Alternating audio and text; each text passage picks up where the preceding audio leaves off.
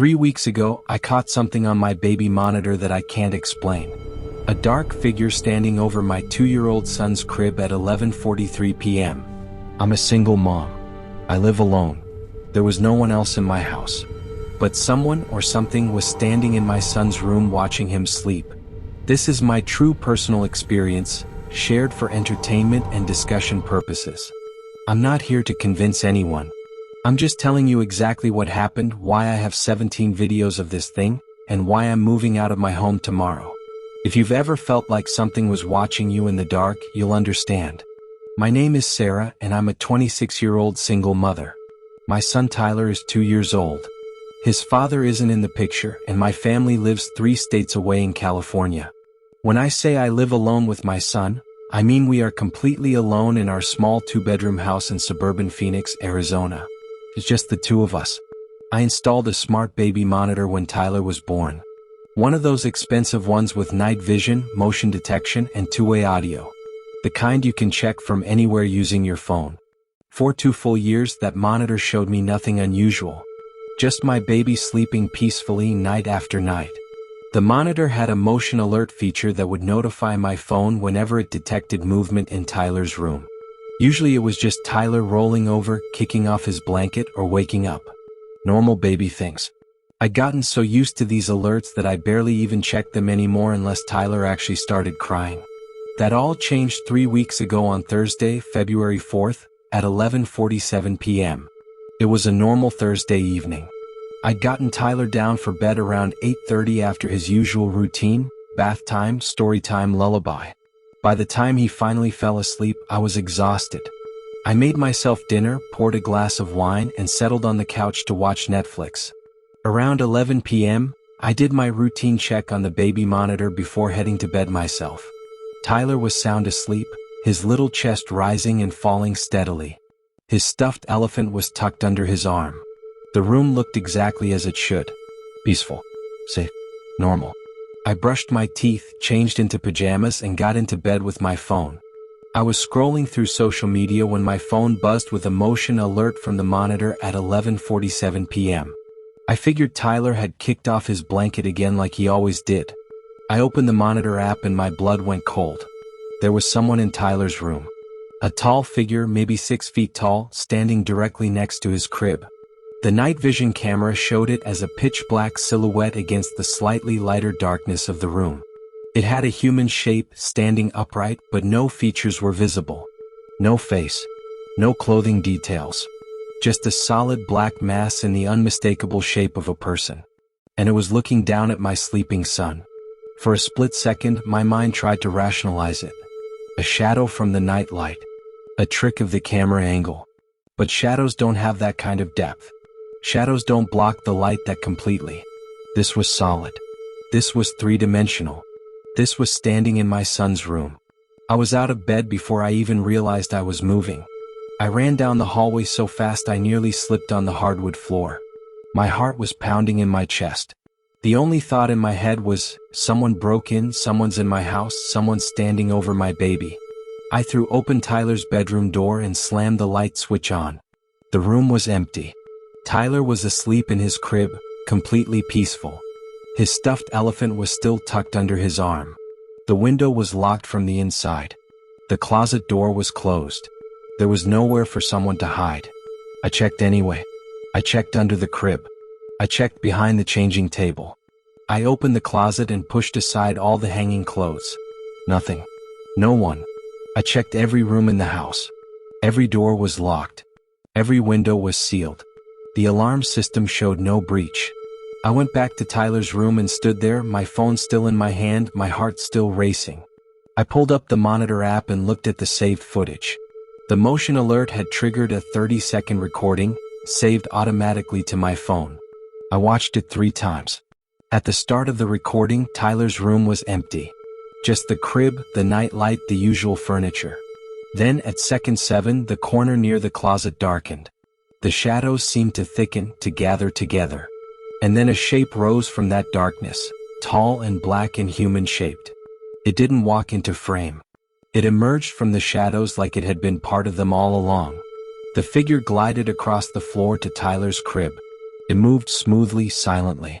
When it reached the crib, it stopped and stood perfectly still, looking down at my sleeping son.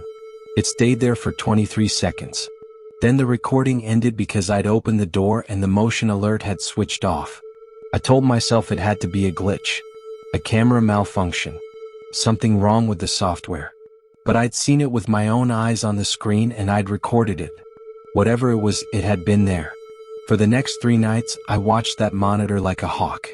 Every notification, every alert, I checked immediately. I barely slept. Tyler seemed fine, sleeping through the nights as usual, completely unaware of anything wrong. On Monday night, February 8th, it appeared again. This time I was already watching the live feed on my phone. I was in bed, holding my phone, staring at Tyler's sleeping form on the screen. It was 11:41 p.m. I was tired. I was about to put my phone down and try to sleep. Then at 11:43 p.m., I saw it happen in real time. The corner of Tyler's room, the same corner as before, began to darken. The shadows deepened, gathering like smoke. Then the shape rose up, emerging from that darkness. Taller than before, maybe 7 feet now. The same pitch-black silhouette, human-shaped but somehow wrong in proportions I couldn't quite identify. It glided to the crib. Stopped. Leaned down slightly, that featureless black head tilting toward Tyler. My hands were shaking so badly I nearly dropped my phone, but I managed to start a screen recording. 30 seconds of footage. 30 seconds of proof that I wasn't losing my mind. Then I ran to Tyler's room again. Threw open the door. Flipped on the lights. Gone. Just like before. Tyler sleeping peacefully. Room empty. But this time I had better footage. This time I'd been watching when it appeared. This time I could see how it moved, how it formed from the shadows themselves. I stayed up all night in Tyler's room.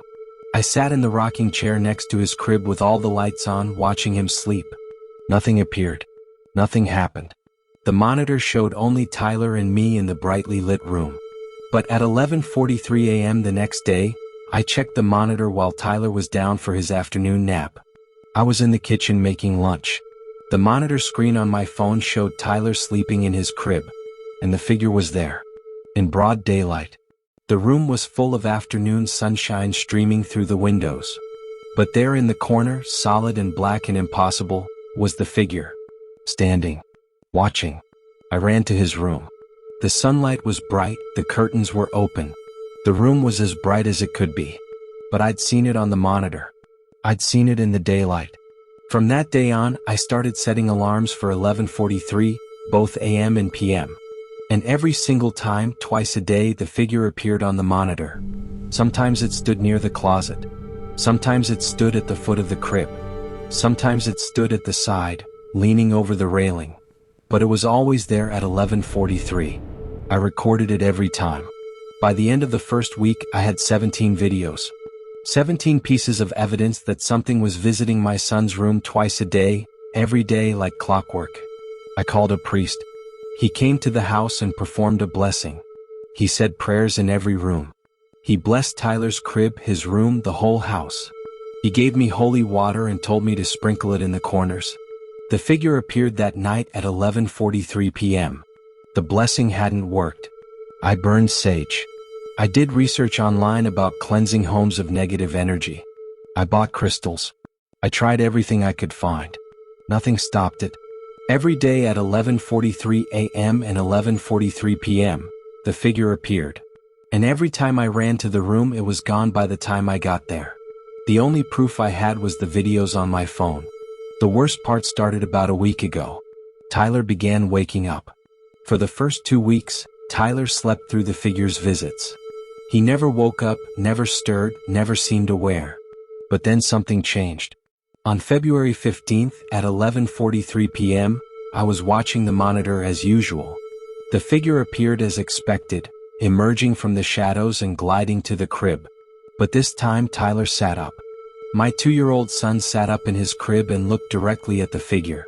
And he smiled. Not a scared expression. Not confusion or fear. A smile. Like he recognized someone. Like he was happy to see them. I was already running down the hallway when I saw Tyler lift his little hand and wave. By the time I burst through the door, the figure was gone.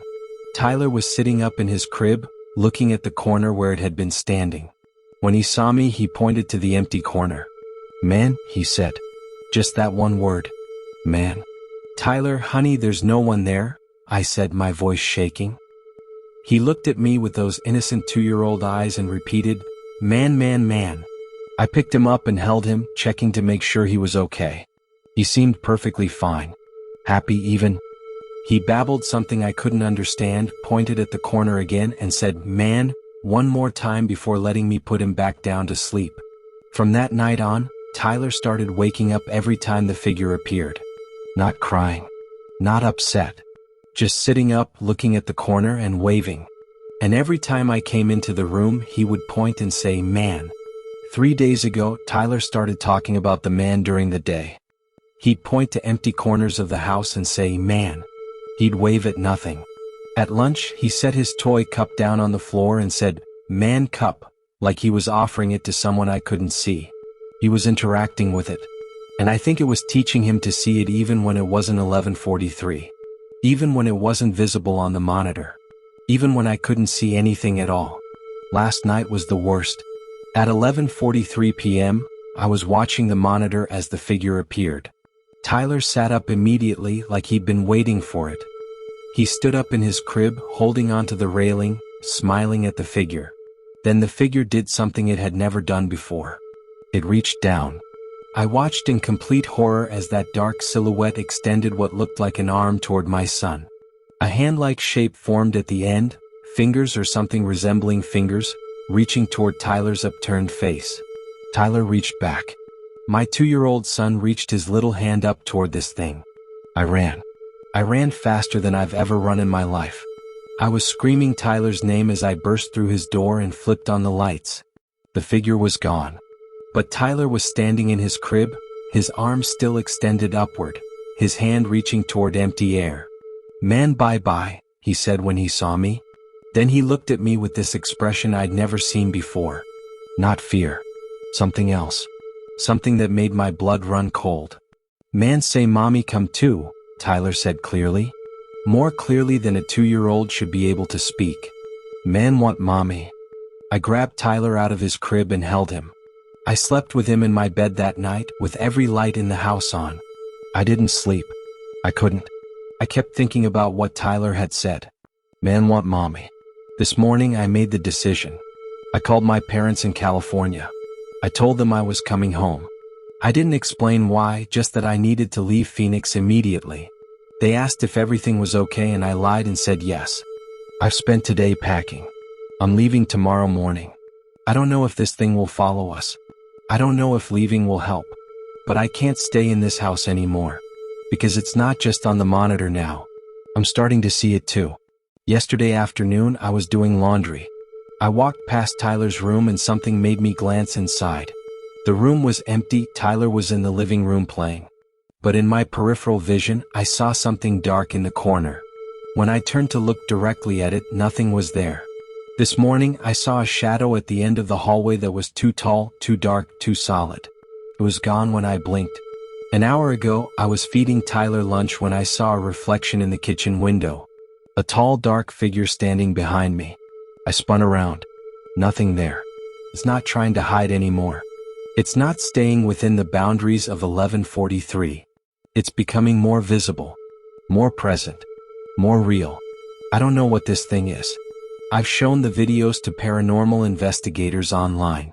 They've told me it's a shadow person, a type of entity that feeds on fear and attaches to vulnerable targets. Children are especially vulnerable. They've told me shadow people are drawn to places where they feel welcome, where someone acknowledges them. Tyler acknowledged it. Tyler waved at it. Tyler called it man and offered it toys and smiled at it. And now it thinks it's welcome. Now it thinks it belongs here. Now it wants more than just watching. The investigators told me to ignore it, to not show fear, to not let Tyler interact with it. But how do I stop a 2-year-old from talking to something he thinks is his friend? How do I explain to my baby that the man he sees every day, the man who visits him at 11:43, the man who's always there in the corner, isn't real and isn't safe? I can't. So we're leaving. I'm writing this on my last night in this house. Tyler is asleep in my bed next to me. Every light in the house is on. I have the monitor app open on my phone, even though Tyler's right here with me. It's 10:15 p.m. right now. In less than 90 minutes, it will be 11:43. I don't know what will happen at 11:43 tonight. I don't know if the figure will appear in my bedroom since Tyler is sleeping here instead of his crib. I don't know if it will realize we're leaving. I don't know if it will try to stop us. All I know is that in 11 hours, I'm putting my son in the car and driving away from this house, away from Phoenix, away from whatever this thing is. My parents don't know what's happening. I haven't told them. How do you explain this? How do you tell people that a shadow figure has been visiting your child twice a day for 3 weeks? They'd think I was crazy. Maybe I am crazy. Maybe these videos show nothing but camera glitches and tricks of the light. Maybe I'm experiencing some kind of breakdown brought on by the stress of being a single mom. But Tyler sees it too. Tyler talks to it. Tyler reaches for it. And that's real. That's not a camera glitch. That's my son interacting with something I can't see. If you're a parent with a baby monitor, I need you to do something for me. Tonight, check your monitor at 11:43. Check it carefully. Look at the corners. Look at the shadows. Because something might be standing over your child's crib that you can't see with your eyes. But the camera sees it. The camera always sees it. The camera captures what's really there. I learned that 3 weeks ago. I have 17 videos that prove it. And tomorrow I'm running away from it. I hope it doesn't follow us. I hope leaving Phoenix means leaving this thing behind. But I have a terrible feeling that it's not tied to the house. I think it's tied to Tyler now. I think it found him, attached to him, and isn't going to let go. Tomorrow I'll find out if I'm right. It's 11:38 p.m. now. 5 minutes until 11:43. Tyler is sleeping peacefully next to me. I have my phone in my hand. The monitor app is open, still pointed at his empty crib in the other room. I'm going to watch. I need to see if it appears in his empty room or if it follows him here. For minutes now. Thank you for listening to my experience. If you've had similar encounters with shadow figures, please share your story in the comments. I need to know I'm not alone. I need to know other people have seen these things. If you found this story compelling, please like and subscribe. I share true paranormal experiences every week from people who've encountered things they can't explain. And remember, check your baby monitors tonight. Check them carefully. Check them at 11:43. You might see something you've been missing. Something that's been visiting your child all along. 3 minutes now. Stay safe out there. And if you see a dark figure in your baby monitor, don't ignore it like I did at first. Don't wait until your child starts talking to it. Don't wait until it reaches for them. Get out. Get out immediately. Take your child and leave. Because once they acknowledge it, once they wave at it and smile at it and call it a name, it's too late. It thinks it belongs. It thinks it's welcome. It thinks it's part of the family. And it's not going to leave. It's 11:42 p.m. 1 minute left. I'm watching Tyler's empty crib on my phone screen. The corner is getting darker.